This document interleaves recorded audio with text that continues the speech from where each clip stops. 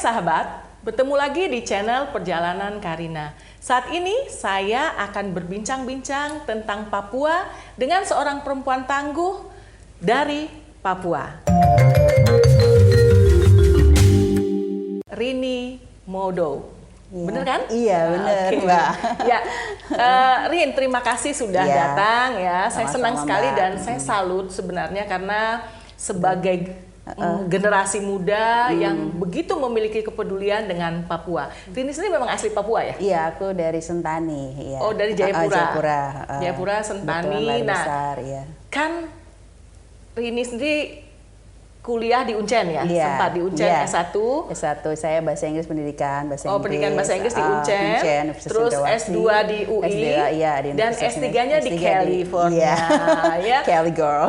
Cali girl, I see. It's very nice place ya. Jadi gini, saya ingin tanya dulu sebelum kita berbincang tentang yayasan dan kegiatan ini. Biasanya nih, kalau kita sekolah di luar, ya, saya tuh waktu saya sekolah di Kanada, saya sempat berpikir untuk tidak kembali ke Indonesia gitu.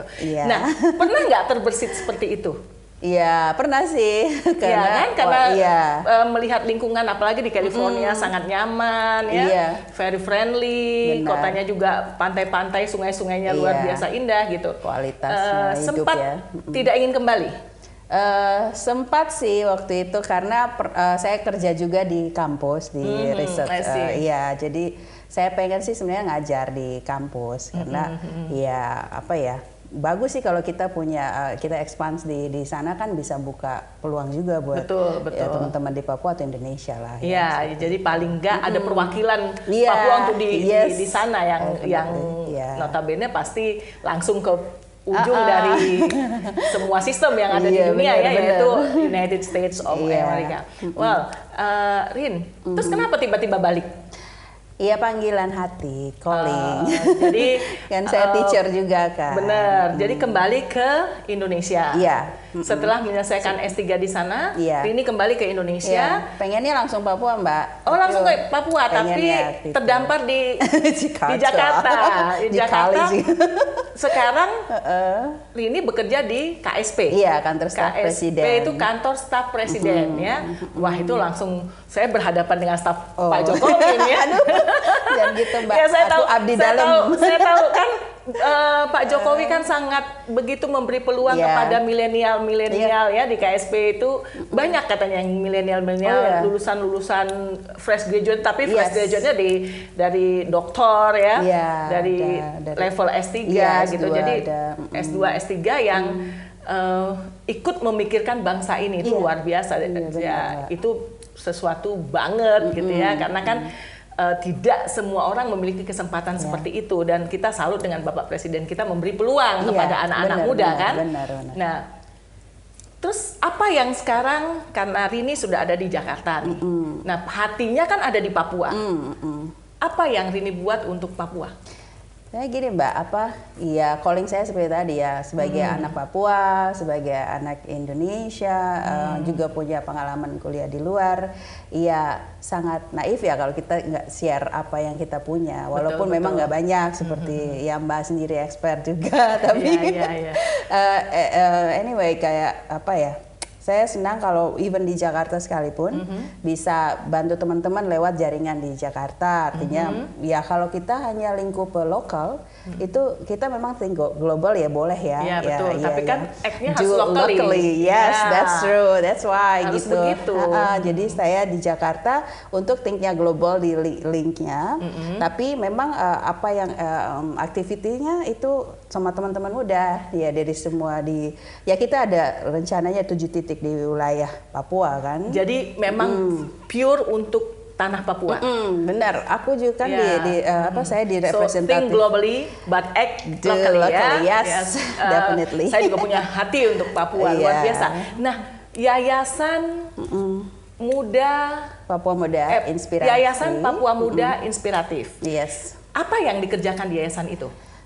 Pertama ya karena namanya Papua pasti untuk Papua, ya, untuk Papua dan anak-anak juga anak-anak Papua di dalamnya. Kemudian mudanya ya kita 40 tahun ke bawah. Oh gitu, berarti saya udah nggak bisa masuk ya. Itu jadi pembinanya. Oh gitu ya, boleh. Jadi saya bilang, wah tadi waktu membaca ya saya bilang, aduh ini muda, berarti kalau udah di atas 40 tahun seperti saya udah sponsor. Udah nggak bisa ya, jadi di advisor Papua Muda Inspiratif. Ya anyway, apa aja yang digerakkan di Papua itu? Ya karena ada inspiratifnya, jadi memang kita kumpulan ada 23 founder sebenarnya awalnya.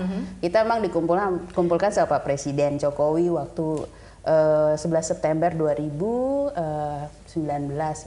Oh baru berapa tahun lalu? Ya, periode kedua ada di Pak Jokowi ya? Yes. Ya karena waktu itu kan ada gonjang-ganjing yang kayak rasis dan sebagainya.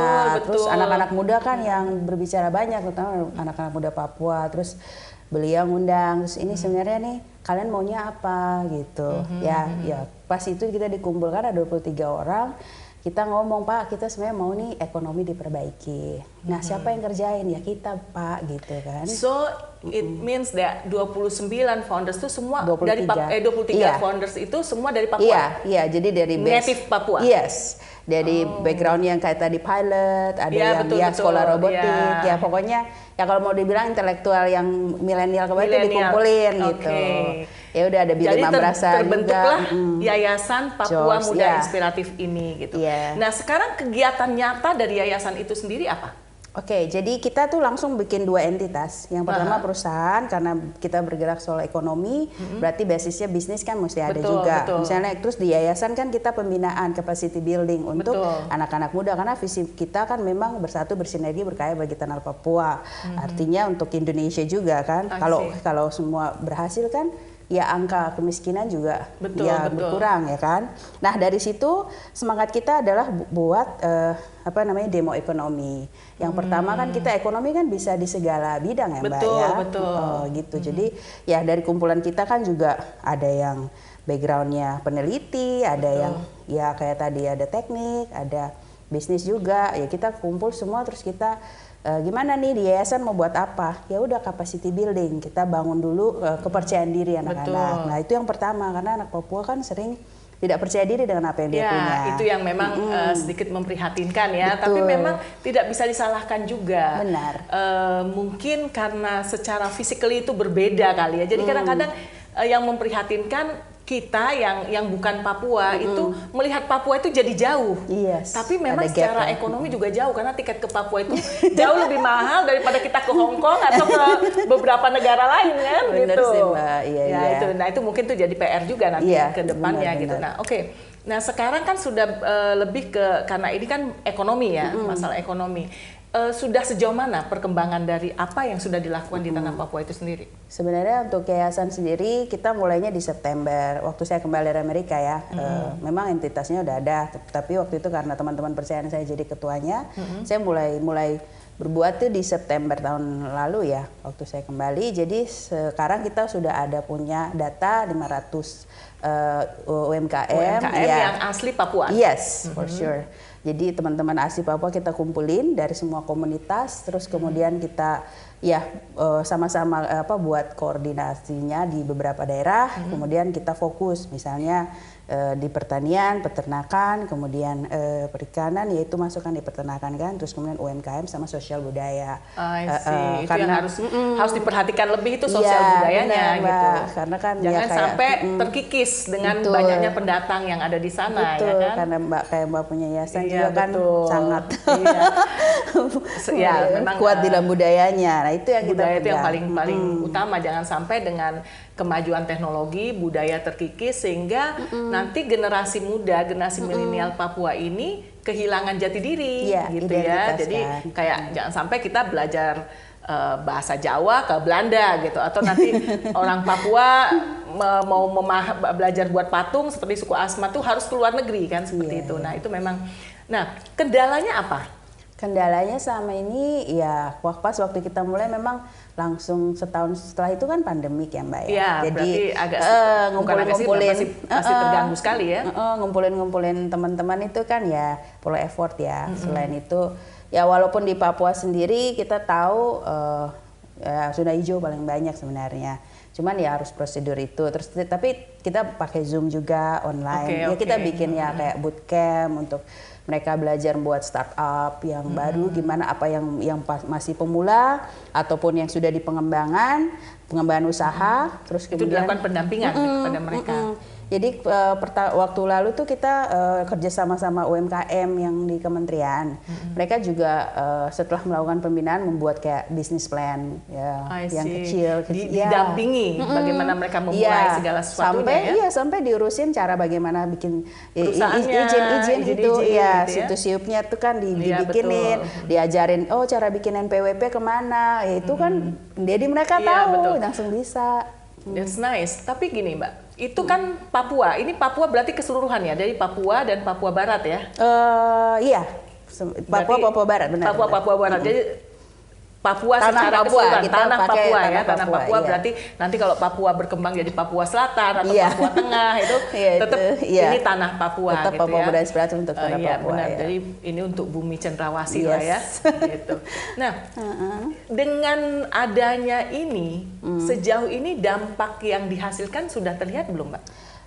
Kalau dari sisi pendampingan ya tentu ya mereka mendapatkan ilmu, mereka udah yang melakukan. Terus kemudian kalau dampak yang maksudnya signifikan dalam ekonomi, tentu mereka mendapat jaringan kan, link misalnya kemarin ada teman-teman yang buat kayak ikan asar, sambal ikan asar, terus mereka bisa menambah lagi teman-teman banyak untuk kayak pemasaran, selain pemasaran link yang bisa dibantu untuk teman-teman influencer masukkan ke online ini kan pemasaran, terus ataukah juga ada yang mendapat misalnya mereka change kayak ini ada yang mau bikin krim kan, krim rambut, terus yang dia cari coconut oil, virgin oil itu susah. Nah waktu kita kumpulin jadilah ternyata di daerah lain ada gitu benar. Ya, gitu. Jadi saling bersinergi, saling mengisi dan saling melengkapi di situ. Pas acara itu. Nah, Mbak terlepas dari yayasannya sekarang, Mbak Rini ini kan asli Papua nih. Iya. Apa sih yang dirindukan oleh masyarakat asli Papua itu? Iya, yang pertama ini pertanyaan bagus ya, saya juga langsung merenung ini.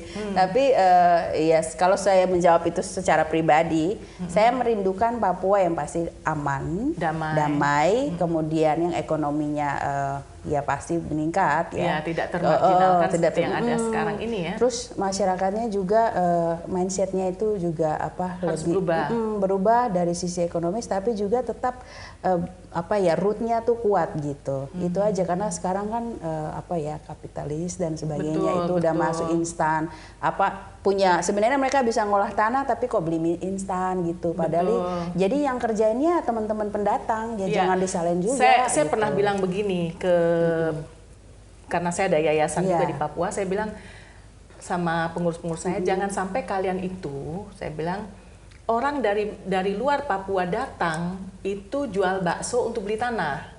Sementara kalian yang di sini jual tanah untuk beli bakso, saya bilang gitu. Karena jangan sampai itu terjadi karena pola konsumtif masuk, sementara mereka tidak mempunyai sumber untuk pendapatan, akhirnya apa yang ada ya dengan mudah terlepaskan. Nah itu yang mungkin juga menjadi tanggung jawab semua ya, apalagi khususnya untuk orang-orang asli Papua sendiri. Gitu. Jadi bagaimana mengubah mindset itu memang education, Mbak. Betul. Educated people. Itu kan Rini paling passionnya itu kan di edukasi ya, karena saya juga katakan itu bahwa hanya pendidikan lah yang bisa merubah seseorang ya. Kecuali orang itu udah anak konglomerat ya, beda lagi iya, jadi sekarang untuk pendidikan Papua kan kita tahu bahwa Papua itu identik dalam tanda kutip dengan kebodohan, sehingga kebodohan dalam tanda kutip tadi di Papua itu sering dijual, dieksploitasi untuk dieksploitasi untuk sesuatu yang kadangkala disalahgunakan gitu. Nah, apa yang Rini mimpikan untuk sistem pendidikan yang ada di Papua? Yang pertama memang kita belum punya grand design yang besar yang untuk memang kontekstual. Kalau memang itu menjadi satu platform besar untuk mendoktrin sebenarnya. Kalau mengubah mindset itu harus didoktrin kan, Mbak. Betul. Ya itu yang pertama. Kemudian ya mengubah kebodohan itu ya dimulai dari guru-guru yang berkualitas juga Mbak. Jadi semakin guru berkualitas semakin itu akan berubah kan ya. Finland contoh, tapi Amerika is a big things, tapi belum ada kata terlambat sih Mbak. Ya memang harus itu karena kita prihatin juga. Mungkin gini juga karena bagaimana ini menjadi tanggung jawab pemerintah pusat dan pemerintah daerah untuk memberikan fasilitas yang jauh lebih layak bagi guru-guru yang akan dikirim ke daerah Papua. Karena kan memang tidak mudah, apalagi dengan transportasi yang harus menggunakan antar kabupaten aja harus menggunakan pesawat, misalnya seperti itu. Dan untuk tinggal di dalam pun, maksudnya mereka kan harus memikirkan banyak kebutuhan dan lain sebagainya. Itu mungkin PR yang sangat besar ya. Sebenarnya ini Mbak apa ya, kepala daerah kita itu nggak serius sih, menurut saya. Ini kritik aja ya. Itu sih. Kalau semua serius Mbak. Bener. Iya pasti itu udah ditargetin budgetnya. Itu sama dengan permasalahan sosial. Banyak yang mau tapi tidak mau, tidak mampu. Sementara yang mampu itu tidak mau. Nah yang harusnya tanggung jawab dari pemerintah daerah, tapi ya kita nggak tahu lah ya apa yang terjadi sehingga kenapa Papua itu masih menjadi sedemikian rupa. Yang saya pribadi pun sangat prihatin gitu ya, karena tanah Papua itu kan tanah dengan kekayaan yang luar biasa. Surga kecil yang jatuh ke bumi kan. Betul.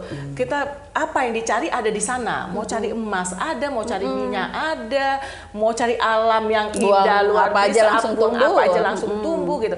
Tetapi kemiskinan yang paling miskin ada di sana. Bayangkan aja kalau seperti di daerah pegunungan yang saya dampingi selama ini itu kan mereka masih dengan katakanlah pakai koteka dan walaupun itu budaya tapi kan tidak seharusnya demikian. Paling tidak mereka diajar bagaimana bisa memahami kondisi dan perkembangan yang ada dan anak-anaknya itu untuk sekolah pun harus jauh sekali. Bayangkan aja apa yang kita harapkan dari seorang anak yang hanya berbekal ubi.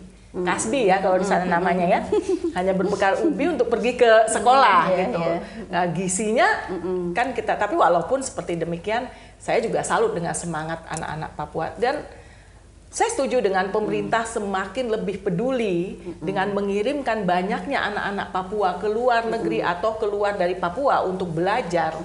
Itu tentu dengan harapan mereka bisa kembali nantinya untuk membangun Papua itu sendiri gitu kan. Nah, selain itu ada nggak mimpi Rini untuk tadi kan belum mengatakan belum ada grand design.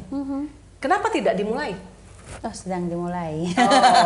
PR saya kan juga ya betul, karena itu ya panggilan saya Mbak. Jadi saya dengan tim juga ada mengerjakan itu ya, betul. Points ya legacy saya lah nanti juga kan saya juga pengen ya di dunia pendidikan ada sekolah yang memang betul-betul dari mimpi gitu ya mimpi benar. Dari kita ya itu ini mimpi saya ya. Tapi kalau mau dilihat sebenarnya juga kita ada 3 sih sebenarnya 3 atau beberapa lah, saya pernah sebut ada 10 accessibility yang Mbak bilang itu kan juga it's one point of like we left behind gitu kan.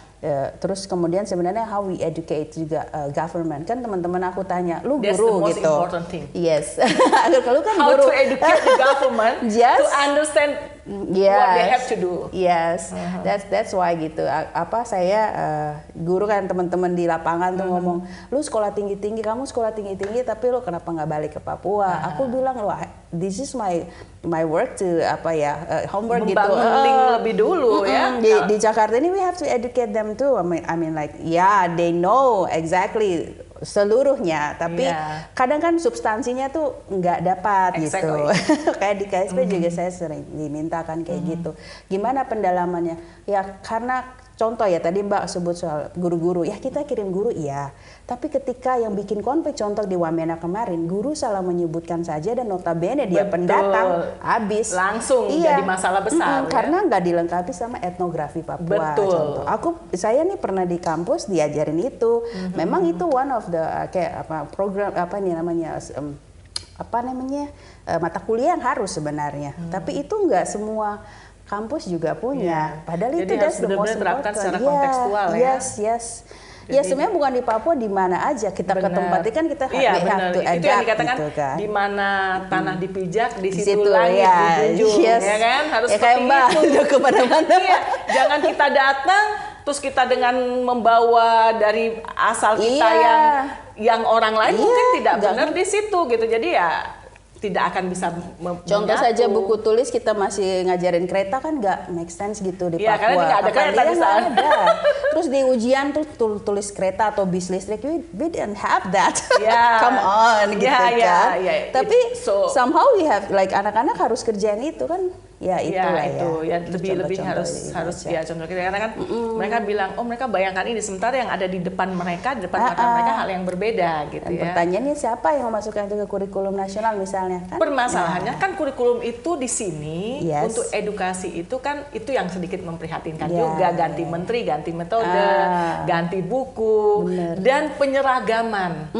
Itu yang padahal Indonesia nggak boleh seragam. Bener, karena kan memang karena kan kita memang terdiri dari berbagai pulau dengan budaya yang jauh berbeda-beda gitu. Nah, gimana mungkin siswa di Jakarta memiliki atau disamakan dengan yang di pedalaman Papua? Contohnya sekarang aja kita harus prihatin karena dengan sistem belajar di rumah, mungkin kalau yang di kota-kota besar dengan wifi, dengan fasilitas internet yang bagus itu tidak masalah. Tapi saya pergi ke daerah, anak-anak itu nggak belajar, malah ikut bantu orang tuanya di sawah, atau mereka hanya bermain. Karena apa? Jangankan internet, gurunya aja nggak punya fasilitas. Nah itu yang memprihatinkan. Jadi mau apa yang kita harapkan? Punya fasilitas gitu. Belum tentu mampu juga mengoperasikannya. PR banyak. PR-nya besar sekali memang kalau masalah pendidikan di Indonesia. Tapi itu jadi tanggung jawab ini nanti ke depannya kan. Kita lah Mbak. Selain di edukasi tadi, selain di pendidikan tadi, ini punya mimpi yang lain? Ya aku senangnya sebenarnya di dalam pengerjaan pariwisata sih, Mbak. Ekonomi kreatif masing-masing nggak jauh-jauh dari ekonomi, mengedukasi people supaya masyarakat supaya mereka juga memanfaatkan yang tadi surga kecil yang jatuh ke bumi itu seperti apa. Padahal kan kayak ya jauh-jauh kayak Bali kan Raja Ampat sudah mulai terkenal sih. Cuman kita harus pakai kayak model yang tadi Mbak bilang politik pendidikan, politik ekonomi, sama itu ya memang harus peran pemerintah pusat tuh harus memang benar-benar serius, fokus dengan Papua ini karena ya itu tadi sekarang nggak usah jauh-jauh orang di Jakarta atau orang di Jawa daripada mereka ke Papua, mereka lebih baik ke Singapura atau ke Hong Kong, ke Korea kan, karena biayanya juga lebih murah gitu dari secara tiket pesawat. Nah mungkin pemerintah bisa bikin kayak yang dulu lagi tuh ada pesawat perintis atau apa untuk Papua paling tidak bisa dibuka gitu. Jadi menjadi salah satu pilihan tujuan wisata bagi domestik juga kan seharusnya seperti itu. Gitu. Waktu kita pertemuan dengan Pak Jokowi juga kita sempat bilang Pak ini kan Biak tuh kenapa ditutup ya? Memang kan alasan kayak tadi kembali lagi politik ya. Tapi kalau terus menerus Papua dibilang politik nggak aman itu juga itu akan jadi kita kerja pariwisata mimpi-mimpi kita banyak tapi itu terhalang ya akses itu kan seperti kita memblok semakin membuat itu Papua left behind Mbak. Benar itu memang padahal lucunya kan Mbak yang tadi Mbak bilang ada Freeport, ada BP, ada perusahaan-perusahaan itu masuknya dari mana coba? Betul. Nah itulah yang menjadi PR pemerintah ke depannya dan juga tentu harus dibantu oleh masyarakat Papua itu sendiri. Kayaknya kita educate pemerintah sebenarnya dari kemauan sih Mbak. Saya pikir semua materi itu mereka tahu. Cuma pasti tahu. Bagaimana niat mereka untuk menolong dan dari mana mereka mulai. Itu tadi saya setuju dibilang. The most important itu adalah how to educate the government. Gitu. Karena kan kalau governance, kalau governmentnya sendiri sudah sebenarnya bukan tidak memahami sih, mungkin semua karena kan ahli-ahli banyak, iya benar ya. Tapi kan sejauh mana keseriusan itu gitu. Nah kita berharap di pemerintahan Pak Jokowi ini yang lebih mempunyai kepedulian terhadap Indonesia Timur ya. Di sesi kedua nanti bisa benar-benar dirasakan apa sih dampak yang baik untuk masyarakat Papua sendiri gitu. Karena kayak membuka akses yang jalan trans itu saja kan juga masih bermasalah banyak. Benar. Ya walaupun sudah seperti tol laut ya. Tol laut tapi ya itu Mbak sebenarnya kita membuka sesuatu tanpa kita mempersiapkan masyarakatnya. Ya masyarakatnya nanti tergerus sama modernisasi mereka nggak siap. Betul. Itu yang paling penting itu adalah bagaimana mempersiapkan masyarakatnya terhadap perubahan. Betul. Ya kan? Nah itu yayasan kita bisa untuk meluncur di situ, jadi Pak. supaya mereka siap dengan perubahan yang jadi nggak kaget-kaget. Jadi ketika perubahan itu masuk di dalam kehidupan mereka sudah siap. Jadi nggak menjadi yang selama ini penonton, mereka miskin, misalnya miskin desa, jadi karakternya jadi seperti orang miskin kota, jadi kaget gitu ya. Jadi tidak tahu bagaimana mengelola teknologi yang tiba-tiba datang di hadapan mereka gitu. Dan itu cepat sekali Mbak bakal terjadi, dan kita kalau tidak Papua, disiapkan pasti. Iya, karena orang Papua kalau belum disiapkan itu kan ada model nih Mbak, orang Papua tuh ada yang masih yang kayak tadi Mbak bilang di gunung itu kan kita bilang masih ada yang peramu, ada itu kan ada teori juga yang kemarin mereka penelitian juga bangsa yang sudah mulai mengenal modernisasi dan seterusnya. Nah, kalau 3 bagian ini saja pendekatan edukasinya belum pas, ya bahaya. Tidak tepat ya bahaya. Bisa jadi perang sendiri nanti antara yang di pantai dan di gunung ya. Ya udah kelihatan dalam garis politik kan sekarang. Iya, percaturan politik sudah. Iya sih memang. Anyway. Tapi ya memang kalau kita berbicara Papua itu sangat luas ya. Karena sangat padahal kan dana otsus itu besar banget di sana ya gitu. 7 triliun hampir sampai 20 tahun ini ya. Iya.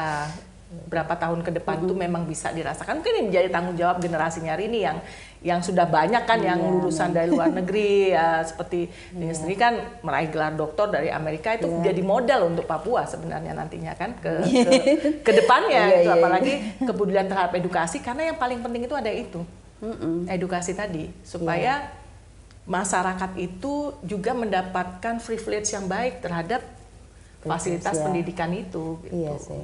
Ya, saya juga kan ngambil leadership toh Mbak. Jadi saya kenapa tadi saya bilang kepala daerah, karena keseriusan menjadi seorang leaders itu kan dia harus betul-betul memahami daerahnya, keunggulan, kekurangan. Tapi ketika dia sudah menguasai itu bukan hanya dia berasal dari situ, ya berasal tapi kalau nggak mikir juga, kalau nggak punya kepedulian dengan daerahnya dan konsep juga sulit juga, bahaya gitu. 5 tahun nggak bikin apa-apa nanti. Nah itu memang ya kalau kita berbicara ke situ lagi memang sangat complicated karena politik kita juga masih seperti itu, tapi kan kita tidak bisa lepas juga karena negara kita masih base-nya di politik, ya kan, pemilihan presiden, pemilihan dewan, kepala daerah kan masih melewati partai-partai politik, jadi ya itu juga menjadi politik praktis yang sebenarnya juga kita jangan juga alergi kita. juga kayak di yayasan kita juga kadang kan teman-teman bilang kita ngomong ekonomi aja, nggak bisa, semua itu ada nggak bisa karena memang komunikasinya harus sistem ada. Pemerintahan di Indonesia masih based on politik kan,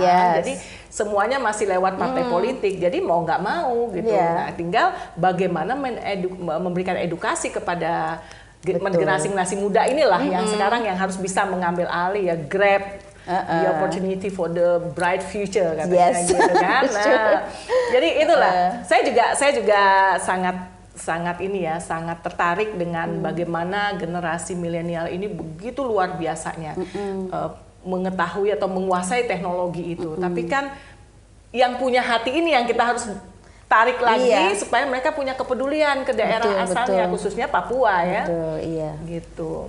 Sebenarnya juga Mbak Mbak gini teman-teman yang di luar pun mereka selalu mau support kita. Cuman kadang kan yang teman-teman kita sendiri Papua juga nggak fokus gitu. Nah itu yang kayak mungkin kita bincang-bincang beberapa waktu lalu kan fokus kalau memang teman-teman di edukasi, kalau teman-teman di ekonomi. Cuman memang perlu ada payung yang kayak tadi. Kita memang Papua Modernisasi kan bikin payung seperti itu sehingga semua teman-teman mau apa aja memang bisa bergabung dalam jaringan ini. Tapi selanjutnya ya berdiri masing-masing dengan kakinya. Paling nggak bisa akhirnya bisa dimandirikan masing-masing ya. Oke, kembali ke yayasan ini, Yayasan Papua Muda Kreatif ini kan. Nah, apa sih mimpi dari yayasan ini? Ya, mimpi kita adalah sebanyak mungkin kita punya database anak-anak yang kita kumpulkan yang sudah tadi kan sekolah di luar negeri, punya pengalaman dan mungkin juga menjadi database untuk kita juga salurkan ke BUMN dan lain sebagainya, karena kita tahu memang serapan anak-anak Papua di Indonesia ini juga kan kurang, di BUMN. Kemarin kan beberapa waktu lalu mulai diangkat karena Pak Jokowi dan sebagainya ngomong ayo anak-anak Papua juga kan Thohir ya, Pak Erik. Iya Erik. Juga itu sudah saya dengar juga sudah ada 1.000 yang mendaftar. Nah tapi kan itu kan biasanya terseleksi. Terus bagaimana dengan yang angka putus sekolah, yang lain-lain? Ya, itu kan sangat besar di Papua. Dan itu siapa yang ngerjain ya, teman-teman di sosial misalnya kan. Ya kayak hal-hal seperti ini kan, kalau kita Papua Muda Inspiratif sendiri tuh melihat itu sebagai peluang tapi juga tantangan. Ya betul. Ya. Mungkin harus diperbanyak sekolah-sekolah vokasi. Khususnya bagi mereka yang putus-putus sekolah. Iya, itu jadi kayak ada sekolah transisi sebenarnya. Ya dari sekolah formal, terus kan memang tertinggal di tengah ini kan. Memang kan kayak ada PKBM apa sebagainya. Tapi sebenarnya harus ada sekolah transisi yang mengedukasi mereka untuk mempersiapkan mereka kembali lagi ke dunia itu tadi. Untuk mereka sekolah. Bisa kembali lagi ke sekolah ya. Iya, kalau tidak ya vokasi, tapi yang sekolah-sekolah itu juga menjadi jembatan untuk mereka bisa yang life skill-nya. Kayak tadi Mbak bilang kalau nggak punya internet, ya mereka di situ gimana mau belajar harus dari kembali ke kearifan lokal. Iya, ya gimana kita belajar tinggi tapi kita nggak tahu yang di lingkungan kita untuk mengerjakan itu. Kita nggak tahu berkebun, kita nggak tahu dia buat apa juga. Karena kan kadang-kadang berkebunnya masih secara manual yang masih konservatif gitu. Oke, Rin, kita berbicara Papua nih. Papua itu kan nggak, kalau kita berbicara nggak cukup seminggu, sebulan gitu ya, karena banyak sekali. Nah, tadi kan ini udah cerita nih apa yang diinginkan sebagai warga Papua sendiri. Sekarang kira-kira ada berapa jumlah generasi muda Papua yang menuntut ilmu di luar? Kalau menuntut ilmu, kalau di Amerika sendiri kemarin kan sekitar 500-an. Oh, udah ada 500 ya? 500 itu tersebar 1000. Di semua university? Iya. Ada yang paling banyak sih sebenarnya di Oregon ya. Di Oregon State. Iya, karena memang ada mungkin kerjasama. Tapi memang juga ada juga di New Zealand, di beberapa tempat Australia menyebar lah. Jadi mungkin sekitar 1000-an itu lebih. Untuk itu yang didanai oleh pemerintah atau juga termasuk khusus. yang dari ORSUS itu? Sekitar itu lah kurang lebih. Di luar dari itu kan banyak juga orang Papua di luar negeri kan? Iya. Apalagi yang berteriak-teriak mau mau merdeka itu gitu kan. Nah, sekarang kan jadi PR juga nih untuk 1000-an anak ini yang 1000-an generasi ini yang sedang menuntut ilmu di luar, bagaimana nanti mereka bisa kembali memberikan dampak yang nyata untuk Papua sendiri. Makanya itu kita database kan tadi Mbak, itu data memang penting sekali. Nah dari situ kan kita bisa lihat mereka punya background, terus kemudian kita linkkan dengan dunia usaha atau apa, tapi memang mindset kita arahkan untuk dia bisa mandiri sebenarnya, tidak harus jadi pegawai negeri sebenarnya. Ya. Karena begini, kalau di Papua kan impian orang tua itu selalu mau jadi pegawai negeri gitu. Jadi kalau anaknya pegawai negeri nggak usah jadi PNS-nya gitu. Jadi kontrak pegawai kontrak aja udah itu jadi kebanggaan mereka karena pakai seragam pegawai negeri ya. Nah, jadi kalau tanya kan selalu maunya begitu gitu. Nah, oke, Rin, saya mau tanya satu hal lagi.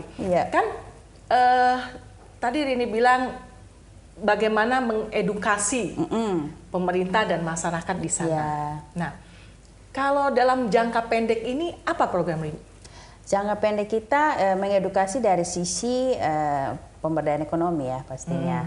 Contohnya kita membuat pelatihan seperti tadi saya sebut ya. Bagaimana mereka membuka suatu usaha tapi mereka tidak tahu caranya membuka usaha itu kan. Contoh karena contoh mereka juga tidak tahu izin-izin yang ngurus di mana. Ya, betul, terus itu kan hal-hal simpel tapi kalau malu bertanya saat di jalan lah. Ya konkretnya kita bikin yang kembali lagi ke yang tadi manual. Nah, satu lagi. Kan Rini ini asli Papua nih. Ya. Sebenarnya apa sih yang dirasakan oleh pelajar-pelajar atau mahasiswa yang asli Papua itu ketika berada di luar Papua? Ada nggak kalian merasakan seperti terdiskriminasi secara budaya atau secara... Tentu ada. Itu yang ingin saya tahu. Karena kan kalau kita nih, walaupun saya punya kegiatan di Papua, tapi kan bukan darah Papua gitu. Jadi ketika saya dulu kuliah, kalau ada teman-teman Papua itu kan rasanya kok lain gitu ya. Nah, bener. Apa sih yang dirasa sama kawan-kawan mahasiswa atau pelajar Papua yang ada di luar Papua, katakanlah di Sulawesi, di Sumatera atau di Jawa itu? Kalau kita lihat sih kan memang secara ya body kan fisikalinya berbeda kan ya. Memang beda, kulit saja berbeda. Ya, betul. Ya tergantung kita kan, kalau di Indonesia juga cantik tuh putih misalnya. Ya orang merasa kalau hitam itu berarti nggak cantik atau nggak bagus. Padahal how you perceive yourself gitu aja kan. Nah itu makanya saya bilang kenapa harus penguatan dari percaya diri. Ya, itu juga saya juga tidak begitu setuju juga, karena teman-teman saya yang dari Afrika itu saya tanya, kamu mau nggak suka nggak nikah sama orang bukan Afrika? Saya tetap milih yang hitam kan, gitu kan. Jadi kan itu sebenarnya cantik itu relatif, gitu. Tapi ya jadi ya ada perasaan-perasaan begitu. Nah, begitu ya. Jadi kayak seperti misalnya kayak kita di luar negeri lah ya, apalagi di Amerika. Di Amerika mungkin tidak begitu, justru mungkin lebih nyaman ya daripada di Indonesia sendiri. Enggak juga sih. Tetap sama. Sama kalau justru Amerika lebih rasis ya banyak. Kalau kumpul dengan orang-orang Indonesia, kita Papua, ya pasti ada perbedaan. Kalau misalnya ya adik-adik sempat ngomong sama saya gini, Kak, kok kita kalau ikut acara Indonesia kita tuh yang disuruh yospan ya nari-nari gitu apa? Emang kita nggak bisa datang biasa aja gitu kan? Kayak ini yang dipertontonkan gitu kan? Itu kayak satu yang spesial gitu, wah nggak pernah ada. Lu kemana aja? Iya benar-benar. Ya sebenarnya orang Indonesia sendiri sebenarnya nggak maksud begitu. Betul. Cuman memang ya ini kan sesuatu yang unik, mesti ditunjukin. Nah, ini ada. Ya benar, itu komunikasi yang suka berbeda. Tapi memang saya juga harus jujur mengakui bahwa karena physically different itu sehingga membuat kita melihat tuh ini kadang-kadang kita lupa kalau Papua itu bagian dari Indonesia gitu. Dan itu yang terjadi. Kita jujur aja, that's happen kan. Kalau enggak kan nggak mungkin ada kesenjangan Tapi aku pernah loh, ini nyata. Maksudnya waktu saya kuliah di UI itu, di saya Jakarta pernah, Jakarta. Saya pernah datang kan mau cari kos-kosan di seputaran Depok. Terus aku sama teman-teman tuh ngomong gini, temennya saya bilang, Kak, jangan lu ngomong ya kalau lu dari orang Papua, gitu. Terus kenapa emang gitu? Terus ya nanti nggak dikasih katanya. Kok begitu gitu? Ya karena katanya Papua nanti apa-apain itu ngerusakin apa gitu. Anak-anaknya bandel-bandel gitu kan ya. Mungkin hanya gara-gara 1-2 orang. Nggak rapi kali, nggak rapi, nggak bikin masalah nanti ya dan ini. Padahal kan tidak seperti itu. Iya akhirnya aku susah banget. Jadi saya cari yang apartemen aja. Tapi itu kan mahal Mbak. Bener. Nah ini contoh hal-hal begini aja teman-teman yang di Jogja dimana kadang juga. Iya itu tuh waktu saya kuliah juga mereka sering, kecuali ibu kosnya yang bilang mari sini kan ya dari ibu kos yang baik iya betul. Iya itu sih cara-cara mengeduket dari sisi budaya juga kan ya penting ya kita.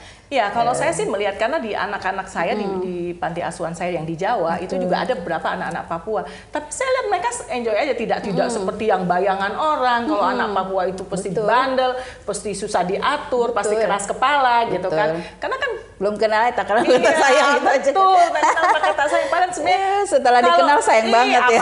Apalagi kalau kita sudah benar-benar di Papua ya jatuh hati. Karena saya jatuh hati dengan Papua gitu. Apalagi kalau lagi makan papeda dengan jatuh cinta dengan ikan kuahnya itu kan luar biasa. Apalagi saya di Wamena ya, di Wamena kan di gunung lagi mau ke ke Wamena aja harus ke Jayapura dulu. Tapi situasi yang itu Mbak, rasis itu kan ya karena gitu hanya masalah persepsi yang berbeda. Betul. Terus ya itu tadi komunikasi yang karena kurang edukasi terhadap bangsa sendiri itu yang saya pikir tentang sejarah, kan sejarah itu selalu yang ditampilkan tuh pasti cerita dari Jawa, dari Sumatera, jarang ada cerita sejarah dari Papua misalnya yang diberikan kepada kayak zaman Soeharto Mbak ya aku sebut ya, tapi itu memang kenyataan begitu lama.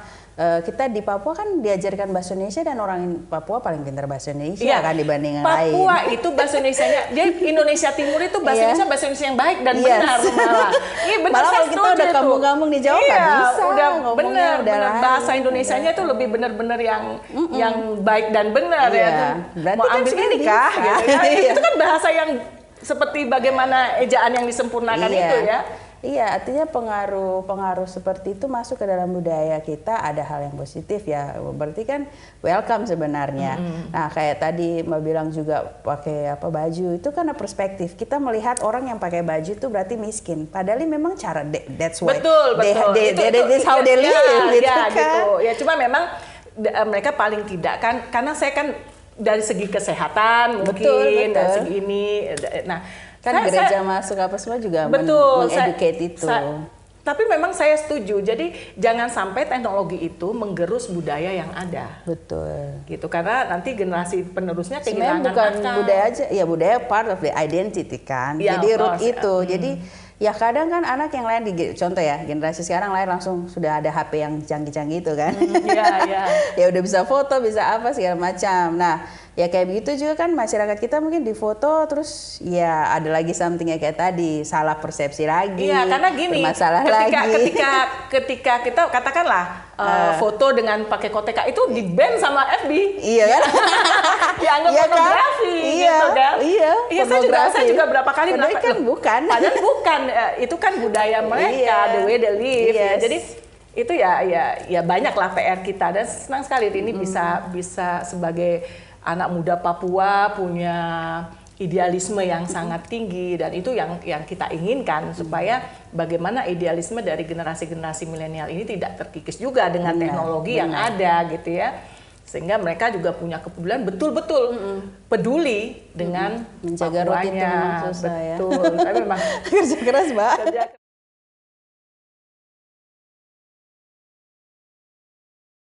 Itu tadi perbincangan saya dengan Rini Modo yang begitu luar biasa mencintai tanah kelahirannya, yaitu Papua, dengan sejuta ide dan gagasan yang ingin diterapkan di Papua sehingga bisa berdampak langsung untuk warga masyarakat Papua sendiri.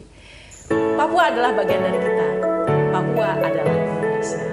Masih banyak perjalanan saya, kisah saya yang lainnya yang ingin saya bagikan dengan sahabat. Masih penasaran kan?